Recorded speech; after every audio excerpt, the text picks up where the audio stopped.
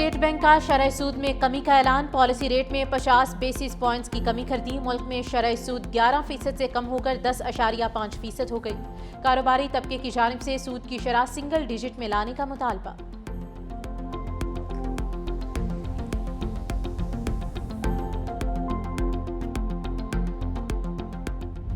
IMF نے پاکستان کے customs اور ٹیرف سٹرکچر کو پیچیدہ اور ناقص قرار دے دیا، کہا موجودہ ٹیرف نظام چند مخصوص سیکٹرز اور بڑی کمپنیز کو فائدہ پہنچا رہا ہے، برآمدات اور معیشت کو نقصان ہو رہا ہے۔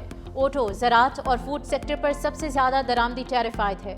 آٹو سیکٹر میں ٹیرف 150% سے بھی تجاوز کر چکا۔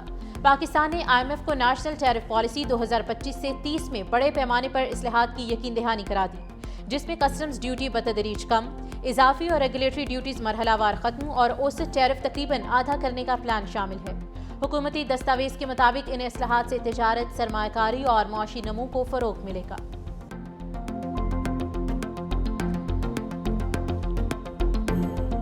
IMF جو ہے وہ پاکستان کو اس اکانومک کوگمائر دلدل سے نہیں نکال سکتا، کراچی نکال سکتا ہے۔ یہ دودھ دینے والی گائے کو چارہ تو کھلاؤ بھائی۔ 2 سی پورٹس آپریشنل ہیں پاکستان کے، کا گیٹ وے ہے، سینٹرل ایشین کا، ایشیا کا گیٹ وے ہے، افغانستان کا گیٹ، وہ دونوں سی پورٹس میرے شہر میں۔ بینکنگ کا نظام ہمارے پاس ہے، 50% پاکستان کی ایکسپورٹ سے زیادہ یہاں پر ہمارے پاس ہے۔ اس شہر میں پینے کا پانی 90% پینے کا پانی جو ہے وہ لوگ خرید کر پی رہے ہیں۔ ملک کو معاشی مسائل سے IMF نہیں، کراچی نکال سکتا ہے۔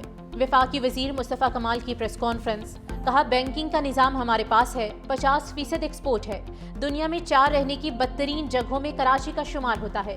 اس شہر کے پاس صوبائی حکومت ہے اور نہ ہی مقامی حکومت۔ حکمرانوں کو کام کر کے ہماری سیاست ختم کر دینی چاہیے تھی۔ آخری دفعہ یہ شہر اللہ نے ہمارے ہاتھوں سے بنوایا، ہم نے بندوں سے کچھ نہیں مانگا، ہم نے نظام ٹھیک کرنا ہے۔ ہم بھی 20 سال جی بھائی کرتے تھے، ہم نے بغاوت کی، رات میں وہ تقریر کرتے تھے کہ صبح ہمیں شرمندگی ہوتی تھی۔ پاک بحریہ کا شمالی بحیرہ عرب میں FM-90 NER میزائل کا کامیاب لائیو فائر، میزائل نے تیز رفتار فضائی اہداف کو کامیابی سے نشانہ بنایا۔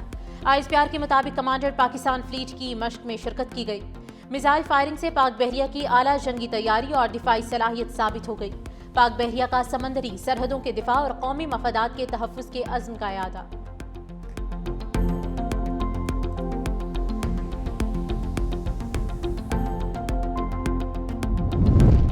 افغان طالبان پر دہشت گرد نیٹ ورکس کی سرپرستی کے باعث عالمی دباؤ میں اضافہ، جرمن حکومت کا افغان مہاجرین پروگرام فوری ختم کر کے نو انٹری کا اعلان۔ جرمن میڈیا کے مطابق 640 افغان پناہ گزینوں کے داخلے سے انکار کر دیا۔ جرمنی کے بعد آسٹریلیا کا بھی افغان سفارت خانہ بند کرنے کا اندیا۔ طالبان کی پالیسیز کے باعث افغانستان کو سفارتی تنہائی اور سخت عالمی نتائج کا سامنا ہو سکتا ہے۔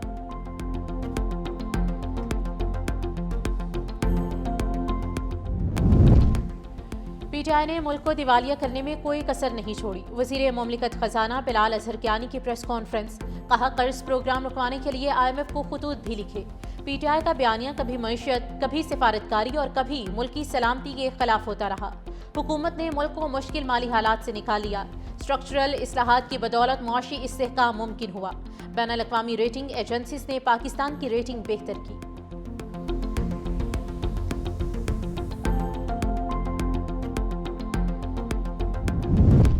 بلاول بھٹو سیاسی محاذ پر متحرک، پیپلز پارٹی خیبر پختونخوا کی تنظیم سے رابطہ کاری کے لیے مرکزی سطح پر کمیٹی قائم۔ کمیٹی میں نیر بخاری، قمر زمان کائرہ اور ہمایوں خان شامل۔ کمیٹی کی تشکیل نو کا نوٹیفیکیشن جاری کر دیا گیا۔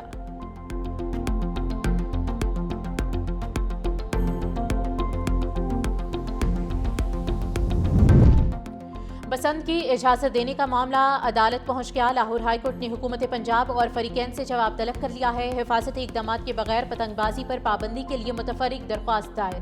جسٹس ملک محمد اویس خالد نے درخواست پر سماعت کی۔ درخواست گزار نے موقف اپنایا کہ حکومت آرڈیننس کے ذریعے عوام کی جان خطرے میں ڈال رہی ہے۔ ماضی میں دھاتی ڈور اور کیمیکل ڈور سے ہلاکتیں ہو چکی۔ عدالت پتنگ بازی سے قبل مؤثر حفاظتی اقدامات کا حکم دے۔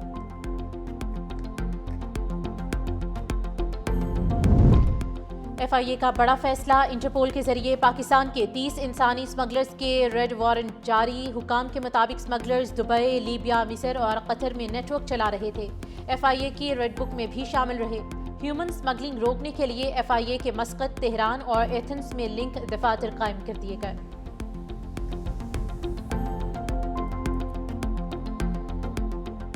تقریباً 30 بچے ڈیٹیکٹ ہوئے ہیں جن کو پولیو کا مرض ہوا۔ اس مرض کو ختم کرنے کا ایک ہی طریقہ ہے اور دنیا بھر نے کیا ہے کہ ہم اپنی ہر بچے کو جو 5 سال سے کم ہے اس کو 2 قطرے اس پولیو ویکسین کے پلائیں۔ ہم ہر کچھ مہینوں بعد یہ مہم شروع کرتے ہیں اور اس دفعے بھی اس مہم کے اندر تقریباً 80,000 ہمارے فرنٹ لائن پولیو ورکرز ہیں جو گھر گھر جائیں گے۔ وزیر اعلیٰ سندھ سید مراد علی شاہ نے سال کی آخری انسداد پولیو مہم کا افتتاح کر دیا۔ مہم 21 دسمبر تک جاری رہے گی۔ سندھ کے 30 اضلاع کی 1345 یونین کونسلز میں 1 کروڑ 6 لاکھ بچوں کو قطرے پلانے کا ہدف مقرر ہے۔ وزیر اعلیٰ سندھ مراد علی شاہ کا کہنا ہے کہ 80,000 فرنٹ لائن ورکرز اور 21,000 سے زائد اہلکار مہم میں شریک ہیں۔ 400 لیڈی پولیس کانسٹیبلز بھی انسداد پولیو مہم میں فرائض سر انجام دیں گی۔ والدین اپنے بچوں کو پولیو سے بچاؤ کے قطرے لازمی پلائیں۔ وزیر اعلیٰ سندھ نے فرنٹ لائن ورکرز کو قومی ہیرو قرار دے دیا۔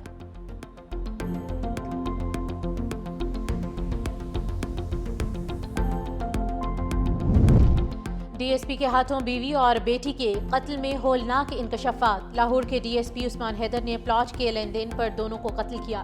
ملزم کے 3 ساتھی بھی گرفتار۔ DIG انویسٹیگیشن سید ذیشان رضا نے کہا کہ ملزم عثمان حیدر سرکاری گاڑی میں بیوی اور بیٹی کے ساتھ ہوٹل سے واپس آ رہا تھا۔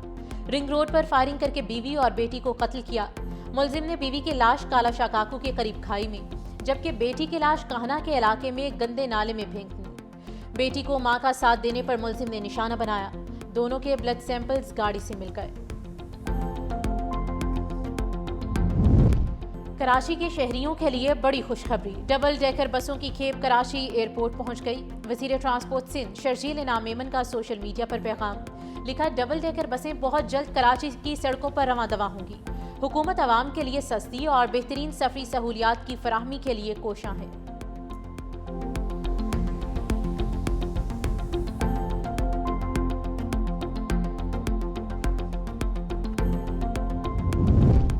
گھروں دکانوں کے باہر کوڑا کرکٹ پھینکنے والے خبردار، ستھرا پنجاب کا دائرہ کار اب گلی محلوں تک بڑھانے کا فیصلہ۔ ذرائع کے مطابق کوڑا کرکٹ پھینکنے والوں کو موقع پر جرمانے کرنے کے لیے موٹر سائیکل اسکواڈ کی تیاری آخری مراحل میں داخل۔ 1 جنوری 2026 سے آپریشنل کیے جانے کا بھی امکان ہے۔ ستھرا پنجاب کے اہلکار موٹر سائیکلوں پر گلی محلوں میں جا کر گھروں اور دکانوں کی مانیٹرنگ کریں گے۔ کوڑا کرکٹ پھینکنے والوں کو موقع پر جرمانے کیے جائیں گے۔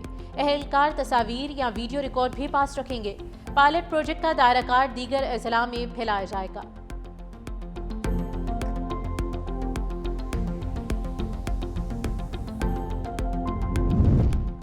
پیٹرولیم مصنوعات کی قیمت میں کمی کا امکان، ڈیزل 11 روپے 85 پیسے، مٹی کا تیل 11 روپے 70 پیسے سستا ہونے کا امکان۔ ذرائع کے مطابق لائی ڈیزل آئل کی قیمت میں فی لیٹر 10 روپے کمی متوقع۔ پیٹرول کی قیمت میں صرف 36 پیسے کی کمی کا امکان۔ وزیر اعظم شہباز شریف آج پیٹرولیم مصنوعات کی قیمتوں کی حتمی منظوری دیں گے۔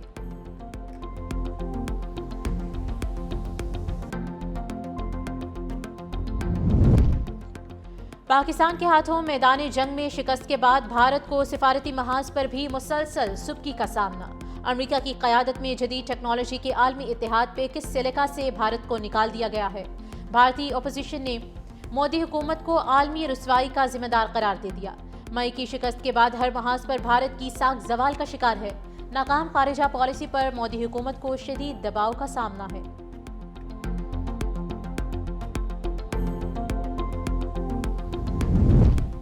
چترال میں طویل خشک سالی کے بعد بارش نے موسم خوشگوار بنا دیا، جبکہ بالائی علاقوں میں سال کی پہلی برف باری نے سردی کی شدت میں اضافہ کر دیا ہے۔ لوگ سرد موسم کے خوبصورت مناظر سے محظوظ ہونے لگے۔